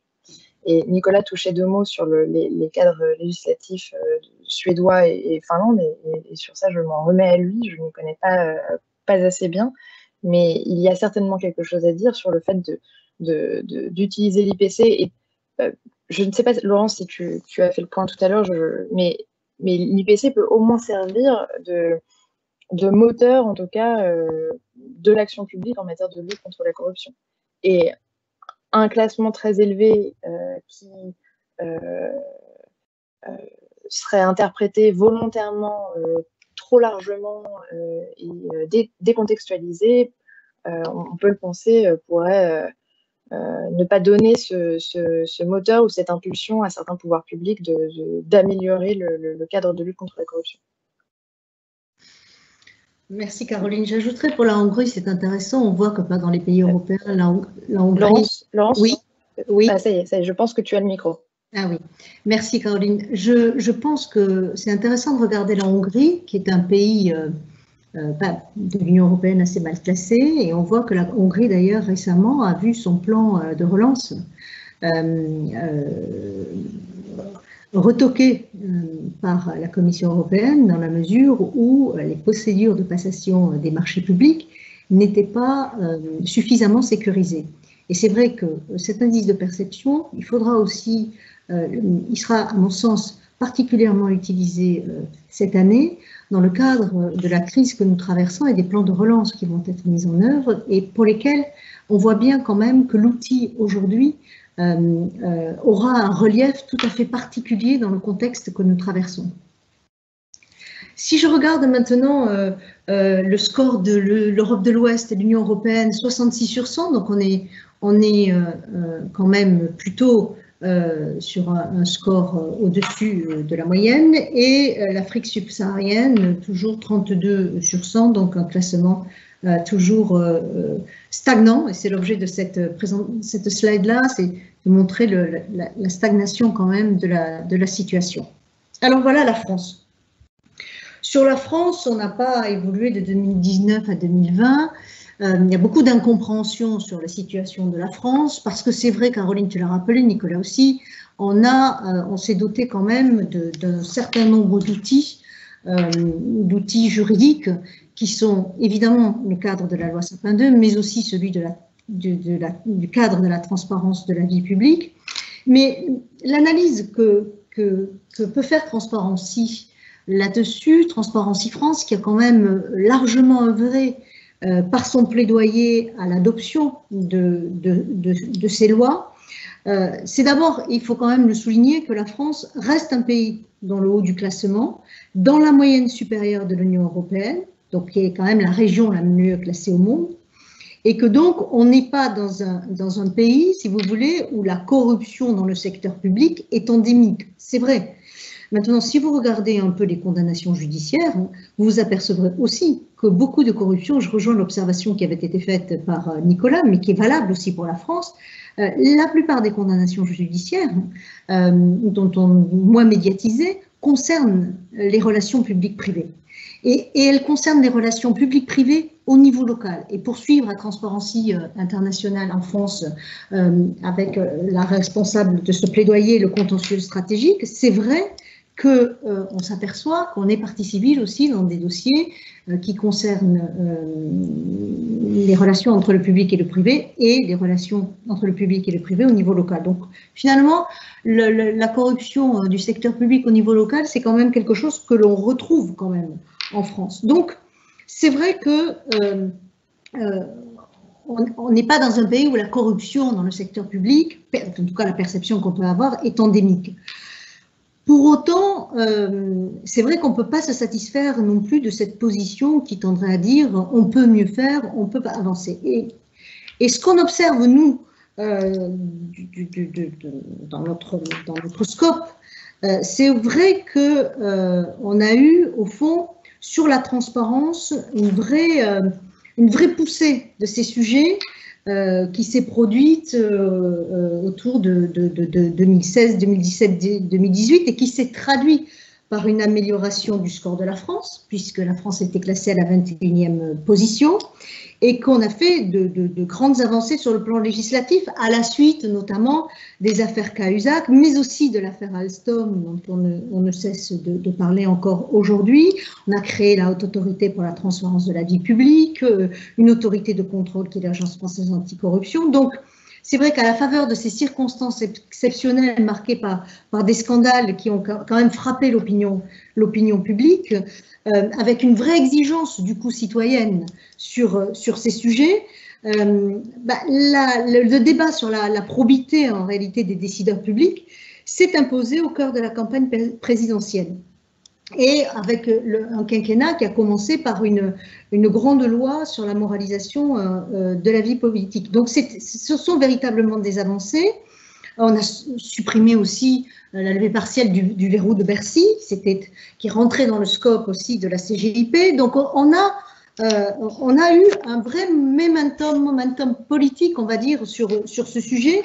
Et donc après des années de progrès, c'est vrai qu'aujourd'hui, ce que nous observons, c'est qu'on a le sentiment que la lutte contre la corruption et la transparence de la vie publique ne sont plus aujourd'hui des priorités politiques. Et je crois que l'impulsion politique, elle est essentielle dans la façon dont on peut faire évoluer ces sujets. Et donc, on est aujourd'hui à pratiquement 18 mois de la fin du quinquennat et on a clairement le sentiment que finalement, pour le dire familièrement, le soufflet est un peu retombé sur ces sujets, avec quelques signaux qui s'accumulent et qui ne sont pas extrêmement positifs sur le secret des affaires, sur la question des lanceurs d'alerte dont le statut, du fait de la transposition de la directive, va évoluer, et on ne sent pas là une impulsion politique sur ce sujet extrêmement forte, et pourtant pour nous c'est un élément essentiel de la loi, du dispositif de la loi Sapin. On a les journalistes d'investigation, les citoyens qui sont quand même plutôt en alerte sur ces sujets. Donc, on a le sentiment vraiment que l'impulsion politique aujourd'hui est retombée. Et c'est un peu ça que nous retenons, et c'est un peu ça aussi qui nous mobilise dans le cadre des prochaines élections présidentielles, puisque nous avons aujourd'hui à construire un plaidoyer pour ces élections. Mais si on veut être un petit peu moins négatif, je dirais aussi qu'on est à la fin d'un cycle. C'est vrai qu'aujourd'hui, vous le savez, la loi Sapin fait l'objet d'une évaluation. On est en train la Haute Autorité est en train de remodeler un peu ses activités en renforçant son conseil. L'Agence française anticorruption a publié de nouvelles recommandations pour tirer le bilan quand même des années qui viennent de s'écouler au niveau des contrôles. Et donc, on a quand même là, assez logiquement, après la mise à l'agenda politique de ces sujets, un cycle qui est en train de se terminer et qu'il convient aujourd'hui, par le biais, et c'est notre travail, des auditions auxquelles nous participons, des consultations dont nous faisons l'objet, à réamorcer une dynamique plus forte dans le cadre des futures élections présidentielles. Ça, c'est le constat de Transparency, mais je vous laisse peut-être la parole, certainement pour modérer ou avoir d'autres réflexions sur la question de la France. Nicolas ou Caroline, l'un des deux peut-être. Caroline, qu'est-ce que tu auras peut-être une position plus différente sur ce sujet? Merci Laurence. Non, oui, mais on en a déjà un peu parlé. On a relevé tous les avancées substantielles de ces dernières années. Le constat, de toute façon, est différent selon les uns et les autres en termes de traduction dans l'IPC. Ce que je voudrais simplement dire, c'est que là où l'IPC a aussi toute sa valeur, et je le pense pour les pouvoirs publics, et je le disais un peu plus tôt, c'est qu'il est ce marqueur, non pas de l'opinion publique, mais en tout cas de la perception de la corruption dans le pays, et que ça intéresse nécessairement, et je vais être un peu cynique, mais ne serait-ce que pour des raisons économiques, que la perception de la corruption en interne soit bien plus positive que ce qu'elle n'est aujourd'hui, même en étant classée 23e. Donc, si l'IPC peut encore une fois servir de moteur à l'action publique, ça me paraît très valable. Merci Caroline. Nicolas, peut-être sur la France? Écoute, non, je vais utiliser mon joker pour deux raisons. La première, c'est que je vois que le temps passe et que j'aimerais qu'on parle quand même un peu de Exporting Corruption et de la corruption internationale. La deuxième, c'est qu'en tant qu'ancien directeur des affaires juridiques de l'OCDE, je vais attendre l'évaluation par l'organisation de la France dans le cadre de la phase 4. Je pense que une question d'ailleurs peut-être à se poser, c'est comment, je pose la question d'ailleurs à TI, comment peut-être TI peut aussi prendre en compte les évaluations qui sont faites par des organismes comme l'OCDE et le GRECO dans son indice IPC. Alors c'est vrai que ça ne couvre pas tous les pays, mais mine de rien, il y en a maintenant 45-46. Et même si ces rapports concernent la corruption internationale, ils examinent vraiment en détail le cadre juridique national de chaque pays. Et d'ailleurs, pour le GRECO, ça ne touche pas que la corruption internationale, mais beaucoup la corruption nationale.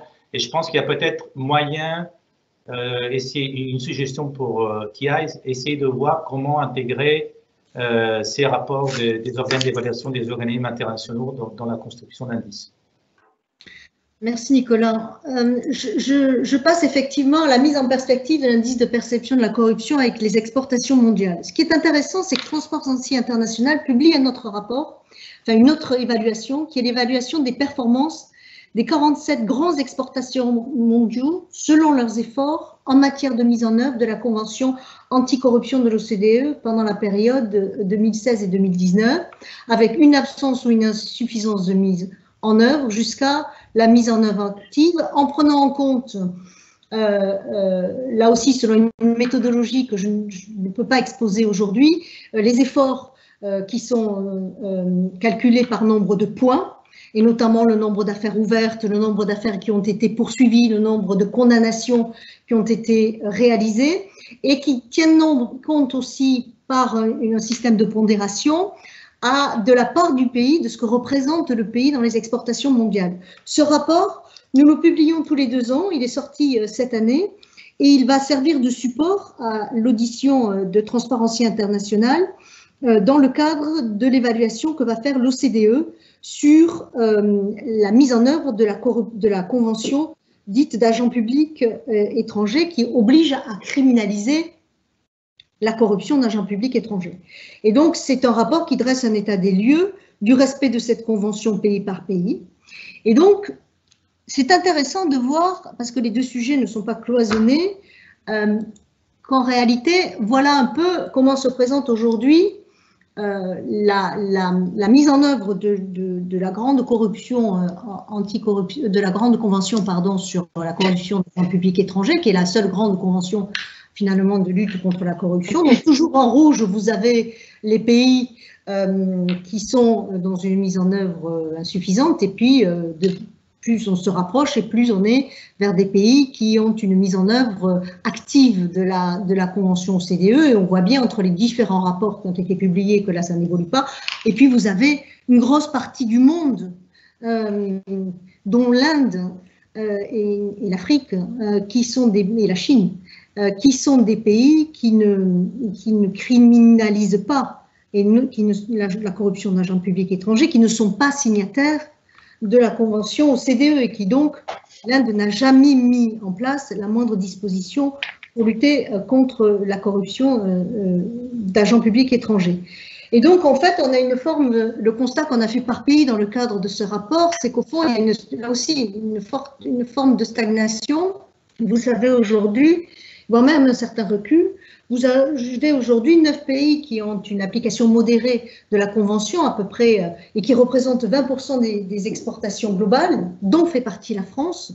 Et vous avez à peu près 4 pays qui représentent 16% des grands exportateurs mondiaux qui sont dans une mise en œuvre active. Et puis ensuite, vous avez quand même 19 pays qui représentent 36% des exportations mondiales, qui ne font absolument rien, pratiquement rien, pour lutter contre la corruption, on va dire, transnationale, et ce qui est la grande corruption, parmi lesquelles, évidemment, la Chine, mais aussi le Japon. Et Nicolas nous en parlera certainement. Donc voilà, on est quand même dans une situation aujourd'hui où vous avez un certain nombre de constats qui sont faits sur ce rapport que je vous invite aussi à retrouver sur notre site in extenso, avec l'ensemble des schémas qui permettent la visualisation des conclusions. Mais on est quand même dans un monde où 36% des grands exportateurs mondiaux ne luttent pas ou pas du tout contre la corruption internationale. Et c'est cette perspective-là que nous avons voulu mettre en relief dans ce schéma. Dans ce schéma, vous avez en fait les pays qui sont au top de la pyramide de l'indice de perception de la corruption.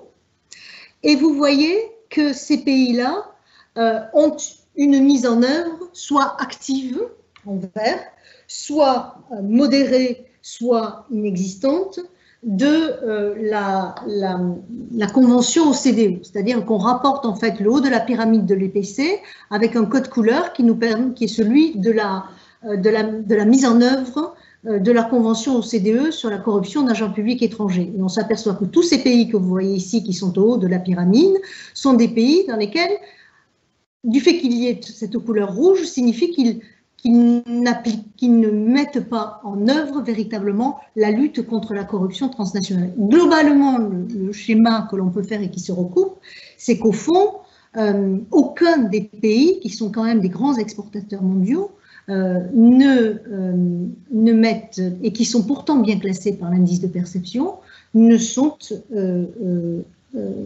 exemptés de corruption.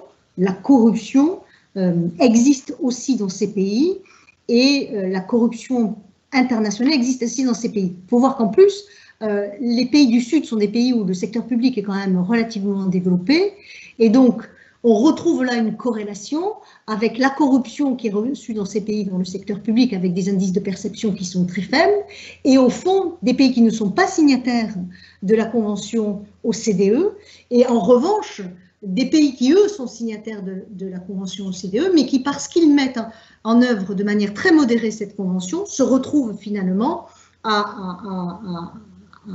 dans un classement qui est aussi extrêmement défaillant au regard de ce schéma. Je vais laisser la parole à mes intervenants qui apprécient beaucoup ce schéma. Je l'ai fait pour la France. Voilà la France, on est sur une application modérée de la Convention OCDE. On est au 69e rang, on est classé 23 et on reste dans l'évaluation que nous avons fait. On est passé d'une application limitée entre 2018 à une application modérée au regard notamment des avancées. Pour le coup, là, on en mesure clairement l'impact au regard des avancées de la loi Sapin 2 et de l'ensemble des poursuites que cette loi a permis de mettre en œuvre à travers la CGIP, à laquelle Transparency International a toujours été favorable, et aussi à la coopération, parce que je crois que c'est peut-être ça le maître mot de la lutte contre la corruption internationale, la coopération entre États que la CGIP a très largement favorisée, alors que l'entraide judiciaire était quand même en grosse difficulté.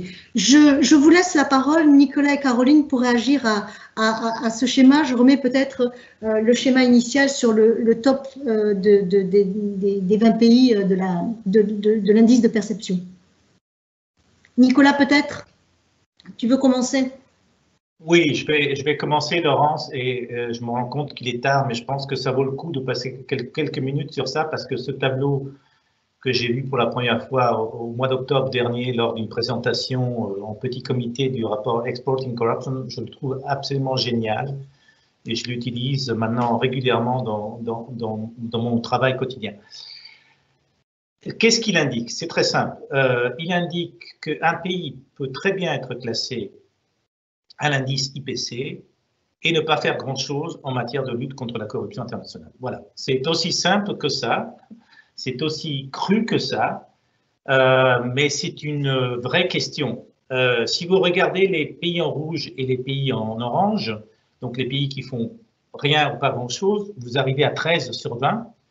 13 sur 20 sur les 20 meilleurs pays classés au classement IPC. Et vous avez à l'intérieur de ces 20 meilleurs pays classés au classement IPC, des pays qui font partie du G20, comme le Japon, qui ne font en effet absolument rien ou vraiment pas grand-chose en matière de lutte contre la corruption internationale. J'ai indiqué tout à l'heure la question des pays scandinaves.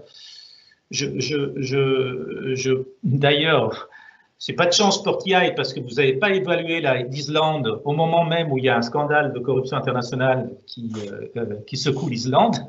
Mais ce qui montre d'ailleurs que ces affaires de corruption internationale, elles peuvent vraiment partir de n'importe quel pays et que c'est pas parce qu'un pays est bien classé au classement IPC qu'il n'est pas susceptible de corrompre. Ou en tout cas, les entreprises de ce pays ne sont pas susceptibles de corrompre sur les marchés internationaux. Donc, aux chefs d'entreprise qui veulent investir en Finlande, je leur dis, regardez l'IPC.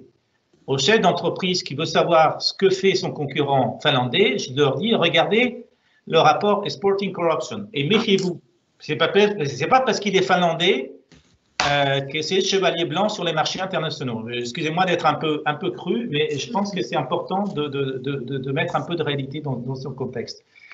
Il y avait d'ailleurs une question sur la nécessité peut-être d'avoir deux classements. Je pense que ce tableau devrait devenir un point récurrent de comparaison pour tous les opérateurs sur les marchés internationaux. Je regrette d'ailleurs que, j'en ai parlé à la TI à plusieurs reprises, il y a eu, il y a quelques années, une tentative de mesurer la propension des entreprises à corrompre sur les marchés étrangers. Ça s'appelait le Bribe Payers Index, qui était là aussi perfectible, qui a été beaucoup critiqué, mais je trouvais que l'idée était très intéressante. Alors, ce tableau-là ne mesure pas, là aussi pour être clair, ne mesure pas la corruption internationale en tant que telle, il mesure la lutte contre la corruption internationale qui est faite par les pays.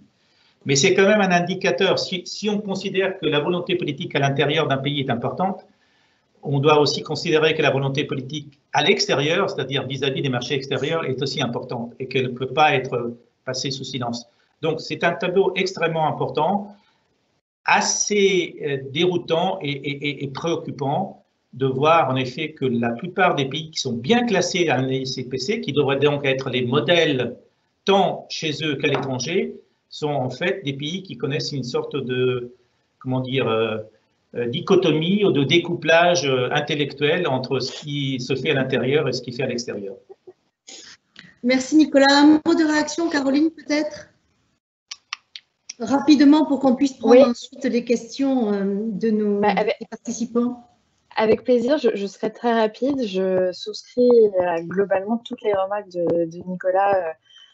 J'émets quelques réserves de bon ton, mais effectivement, dans l'idée, alors moi aussi j'aime beaucoup ce tableau Exporting Corruption. Je l'aime beaucoup parce que, et Laurence, tu l'as dit, il est un reflet de ce qui a été accompli ces dernières années en France en matière d'application de la Convention OCDE.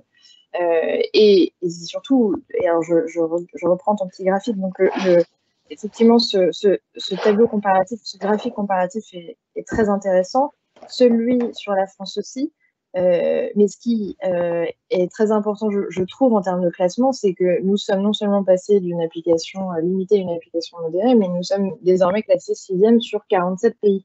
et sans encore une fois vouloir trop nous envoyer des fleurs et justement se satisfaire d'efforts qui doivent encore être complétés. Ce sont des résultats qui sont en tout cas, à tout le moins, je trouve très encourageants. Et pour rebondir un tout petit peu sur et très très vite sur ce que disait Nicolas, ce classement, il est aussi très intéressant parce que, évidemment, pour comment dire, le contexte économique qu'il place. Et Nicolas le sait mieux que moi, en tant qu'ancien directeur juridique de l'OCDE, la réalité économique concrète de la lutte contre la corruption dans le monde, c'est aussi de pouvoir garantir une concurrence plus équitable entre les entreprises des différents pays. Et c'est tout l'intérêt de ce classement d'y inclure la Chine et l'Inde qui ne sont pas encore parties à la convention de l'OCDE en raison de leur poids comme exportateurs mondiaux. Et je ne vais pas plus développer, mais c'est certainement en tout cas un graphique qui nous intéresse au MAE en ce qu'il reflète justement comment nos concurrents appliquent ou n'appliquent pas les dispositions de la Convention de l'OCDE et luttent relativement peu ou pas contre la corruption d'agents publics étrangers. Merci Caroline, merci Nicolas. Nous avons terminé la présentation avec un très léger retard et je donne la parole maintenant à Nadège pour qu'elle puisse, et à Benjamin, pour qu'ils puissent nous faire part des questions que nous pourrions évoquer dans le cadre des 20 minutes qu'il nous reste. Merci beaucoup tout d'abord à tous les trois pour cette présentation. Merci également d'avoir pris soin du coup d'intégrer au fil de vos interventions différentes questions qui ont pu vous être transmises en direct. Je vous propose néanmoins de nous concentrer sur quelques questions supplémentaires sur les minutes qui nous restent. Et dans un premier temps, une question qui va s'adresser à chacun d'entre vous. Nous avons beaucoup parlé dans le cas de la France de stagnation, d'une fin de cycle et en même temps de nouvelles échéances que constitue notamment l'élection présidentielle à venir. Donc la question qui vous est posée est quels sont selon vous les chantiers prioritaires, les leviers d'amélioration possibles à moyen terme et à plus long terme pour la France. Voilà, une première question pour chacun d'entre vous, peut-être Nicolas dans un premier temps. Oui, merci Nadège. Excellente question, pas facile à répondre, mais je vais essayer de le faire très très rapidement. Alors, en premier lieu, je pense que il y aura beaucoup d'enseignements à tirer du rapport phase 4 de l'OCDE parce que entre le rapport phase 3 et le rapport phase 4, Laurence l'a rappelé, le rapport phase 3 date de 2012, donc avant toutes les réformes qui ont été mises en place en France, du PNF à l'AFA, à la loi sur la transparence de la vie publique, et il y aura certainement une évaluation par l'OCDE, donc je le rappelle par tous les pays qui sont partis à la Convention, de ces réformes et de leur mise en œuvre. Donc, je pense que ça sera vraiment,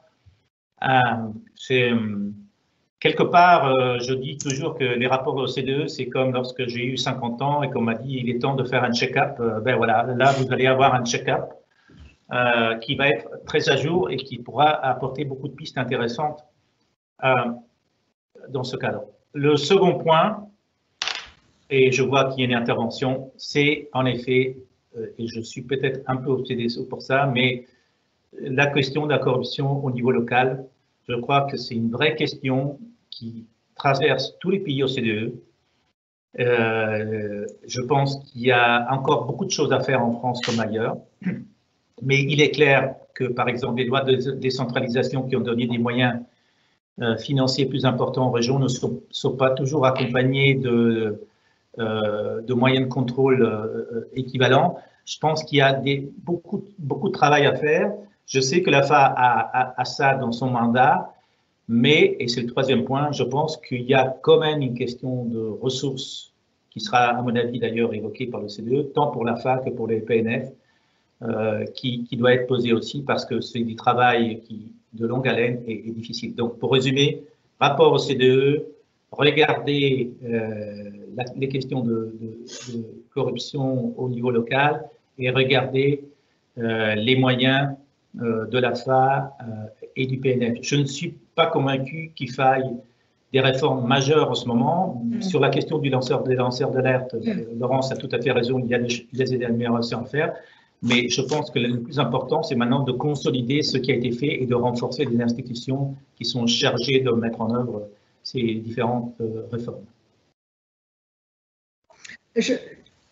Un mot peut-être pour donner la vision de Transparency sur ces évolutions et ces échéances.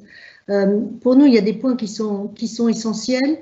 C'est vrai que je partage complètement l'avis de Nicolas sur le fait, et c'est la position de Transparency, sur le fait de ne pas ajouter de cadres législatifs à des cadres législatifs aujourd'hui qui sont quand même bien en place et performants. En revanche, il y a peut-être une réflexion, c'est le cadre des propositions que l'on a faites lorsqu'on a été entendu par la commission qui évalue la loi Sapin 2. Il y a pour nous un véritable enjeu qui est celui de la transposition de la directive. Le sujet du lanceur d'alerte est encore un sujet très clivant. C'est un sujet intéressant parce qu'en plus c'est un sujet de long terme, parce que c'est un vrai sujet de culture et globalement et de culture d'entreprise par ailleurs. On voit bien que la maturité des entités privées sur ce sujet se mesure aussi à travers leurs dispositifs et de signalement et de protection des lanceurs d'alerte. Les deux vont de pair. Donc pour nous, l'enjeu de la directive européenne à court terme maintenant est un enjeu majeur, notamment sur la question des facilitateurs. Et c'est sur l'aspect législatif, disons qu'on est vraiment sur la question du lanceur d'alerte et ça nous paraît essentiel. Après, sur la loi Sapin 2, sur ces sujets, pour la France, il nous semble qu'il faut, et c'est d'ailleurs ce qu'a dit aussi l'Agence française dans ses recommandations, la sensibilisation, la formation sur tous ces sujets nous paraît quelque peu insuffisante. Ce sont des sujets, et c'est tout à fait compréhensible, ce sont des sujets quand même à forte dimension juridique, qui ne sont pas forcément des sujets en eux-mêmes grand public, même si on en comprend très facilement les enjeux. Mais la pédagogie sur ces sujets nous semble devoir être renforcée. Et puis, je crois qu'il faut, sur un plan plus international, il faut, alors nous on est favorable à la CGIP, mais très vigilant sur le tour qu'est en train de prendre la CGIP au moment où on va l'étendre en matière écologique, et notamment la disparition de la reconnaissance des faits, y compris dans le cadre dans le cadre de l'instruction qui est en cours. Donc ça, c'est vrai qu'on est quand même assez préoccupé par cette évolution, mais néanmoins, il me semble que une des clés fondamentales, c'est vraiment la coopération internationale. L'affaire Airbus n'existerait pas s'il n'y avait pas eu ne pourrait exister s'il n'y avait pas eu cette coopération internationale. Je crois que c'est quand même une des clés aujourd'hui vraiment de la lutte contre la corruption transnationale, de la grande corruption. Et c'est vrai que sur le plan du secteur public, nous, on voit quand même beaucoup d'affaires de corruption locale aussi. En France, ce n'est pas uniquement pour des pays loin de nous. Et sur ce plan-là, c'est vrai que les questions de passation de marchés publics aujourd'hui sont au cœur d'un certain nombre de modifications qui nous inquiètent. Et nous devons rester vigilants dans la période qui arrive où les dilemmes éthiques vont se poser. Quand on passe au marché public, on pense à la volonté de relancer l'économie locale et le dilemme qui peut se poser avec les procédures qui peuvent être imposées sur les passations. Tout ça nous fait dire qu'il faut redoubler de vigilance sur ces sujets, pas modifier nécessairement le cadre législatif, impulser la dynamique sur les lanceurs d'alerte et renforcer dans les entités privées et publiques la sensibilisation et la formation. Merci beaucoup, Laurence. Caroline, peut-être on vous écoute également. Merci Nadège, je vais être très brève parce que le temps passe. Alors, si je reprends la question, quel chantier prioritaire? Nicolas a parlé des évaluations, enfin de l'évaluation au CDE. C'est évidemment une évaluation qui nous occupe énormément cette année. Ce n'est pas la seule. Et les conclusions des évaluations au CDE, Gréco, mais aussi au NUDC sur notre application de la Convention de Mérida vont être très riches d'enseignements et du coup sont en tout cas à mon sens, je ne sais pas si je peux parler au nom de mon ministère, mais du moins du mien, c'est évidemment ce qui occupe le plus nos pensées et ce qui va, je pense, en tout cas à l'international, avoir le plus d'impact sur notre action. Je précise que l'action internationale, puisque c'est après tout ce que fait le ministère des Affaires étrangères, nous ne sommes pas le ministère de la Justice et j'aurais bien des difficultés à me prononcer sur les chantiers de la chancellerie en matière de lutte contre la corruption. Merci beaucoup à tous les trois pour vos réponses sur cette question effectivement stratégique. Peut-être une dernière, puisque nous arrivons effectivement à la fin du délai qui nous était imparti. Une question sur la perception que nous pouvons avoir de ce fameux indice. Est-ce que selon vous, communiquer autour de cet indice de perception relève finalement plus d'une banalisation de la corruption, ou bien est-ce qu'il y a un enjeu véritablement de prévention à communiquer et à maintenir cet indice de perception de la corruption? Alors peut-être Laurence, dans un premier temps. L'indice de perception, merci Nadège, l'indice de perception de la corruption, c'est quand même une visualisation mondiale de ce qu'est la corruption, de ce qui est perçu de la corruption aujourd'hui dans le secteur public et donc de la grande corruption internationale. Donc il y a un intérêt majeur, c'est à la fois de visualiser et puis aussi de pouvoir comparer. C'est ça la force de l'indice de perception de la corruption, c'est sa stabilité. Et cette comparaison, elle permet aussi, et cette visualisation permet aussi très simplement, pour les entités privées, de regarder un peu dans le cadre de leur cartographie des risques à la fois par pays,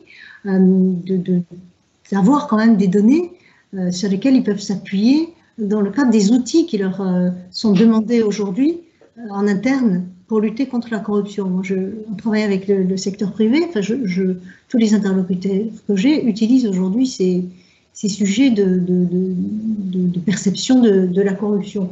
Le grand enjeu, ce serait d'avoir un indice réel de la corruption tel qu'il se présente réellement aujourd'hui dans le monde. C'est une énorme difficulté. Et c'est d'autant plus une difficulté, je dirais, que les données dont nous disposons sur la corruption sont relativement faibles. Si je prends par exemple la France, nous n'avons que 3% des décisions judiciaires, par exemple, qui sont publiées. Et pourtant, connaître la corruption à travers les décisions qui sont prononcées, savoir comment la corruption est en train de s'adapter aussi. On a aujourd'hui tous les chantiers des crypto-monnaies, etc., de l'intelligence artificielle plus globalement, qui vont considérablement modifier les enjeux sur la corruption. Avoir plus de données sur ces sujets, c'est ce que nous avons pointé dans le cadre du rapport Exporting Corruption, nous permettrait aussi de mieux comprendre comment la corruption s'adapte au fur et à mesure que les process, au fond, pour la démasquer, puisque c'est un comportement caché, pour la démasquer pourrait aussi nous permettre de mesurer comment elle évolue. Et ça, c'est vrai que c'est un enjeu qui est pour nous fondamental et que nous ne cessons de répéter. Il faut que nous ayons plus de données sur la corruption. Je m'éloigne un peu de la question initiale, mais je crois que c'est important de le dire. Mieux connaître la corruption, c'est aussi mieux la combattre. Merci beaucoup Laurence. Caroline, Nicolas, du coup, sur cette question qui a un peu vocation à conclure notre propos. Alors, je vais prendre la parole et je vais laisser Caroline terminer. Moi, j'ai une idée. Pardon. Le micro tu n'avais pas le micro. Vas-y. Oui, pardon, excusez-moi. Je vais prendre rapidement la parole et laisser Caroline terminer. J'approuve à 100% ce que Laurence vient de dire. Moi, je vais me refaire à la fameuse phrase de Clémenceau qui disait peu importe que l'on parle de moi en bien ou en mal, l'important c'est qu'on parle de moi. Je dirais que l'avantage de l'IPC, c'est que justement on en parle. Alors, le danger, c'est qu'on ne fasse qu'en parler, ça oui, mais c'est important d'en parler. Si on n'en parle pas, la corruption ne va pas disparaître. Ce n'est pas parce qu'on n'en parle pas que le phénomène va disparaître. En revanche, c'est là qu'on va le banaliser. Donc, à mon avis, le fait d'avoir un indice tous les ans qui suscite un débat, qui suscite même des discussions, des polémiques, je trouve que c'est sain, ça va dans le bon sens, ça remet la pendule à l'heure de temps en temps et ça permet aux pays qui, de bonne foi, essaient de faire des progrès, et la France est certainement l'un de ces pays, de se poser des bonnes questions et d'avancer. Je crois que c'est aussi à travers l'indice de perception de la corruption, autant qu'à travers les rapports de l'OCDE, que les débats des dernières années ont eu lieu en France. Et donc, c'est très simple. Voilà. Ce qu'il faut éviter, et je pense que c'est le sens de la question, c'est qu'on ne fasse qu'en parler une fois par an et qu'ensuite, on revienne à du business as usual les 365 autres jours. Mais ça, je compte sur TI pour que ce ne soit jamais le cas.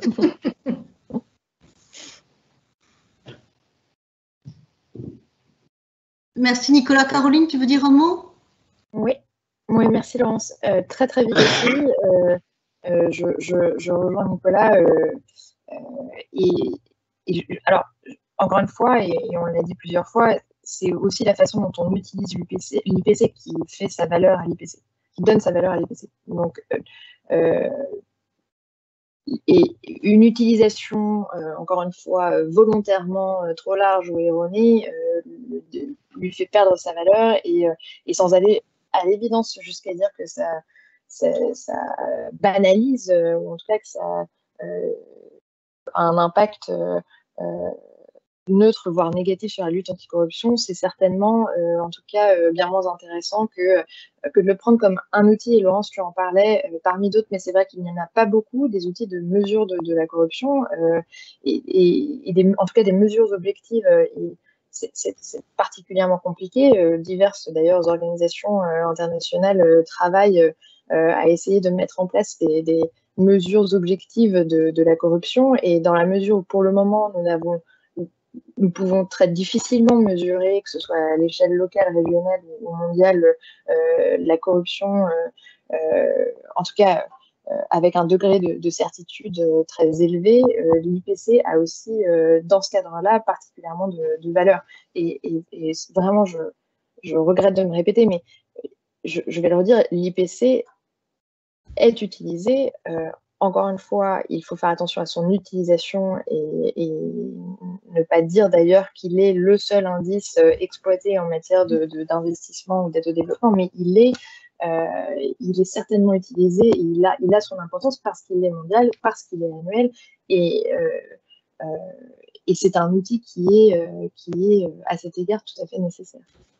Merci beaucoup Caroline, je vous remercie tous les deux de votre participation, de vos interventions, de vos réflexions et d'avoir partagé aussi votre expertise et votre expérience. Je donne rapidement la parole à Nadège pour clôturer la séance.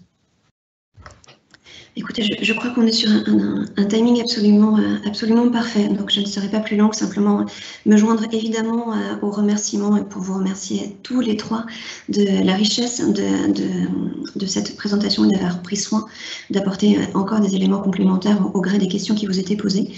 Je crois que nous avons été plus d'une centaine connectés sur cet événement ce matin, donc merci à vous également pour cela, et encore une fois, l'événement ayant été enregistré, vous pourrez le revisionner ou par ailleurs le diffuser également dès qu'il sera mis en ligne sur nos réseaux sociaux en cours de journée. Voilà.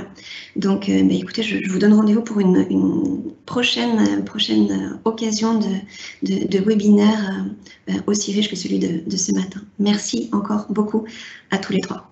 Merci à vous. Merci à tous. Au revoir. Au revoir. Très bonne journée.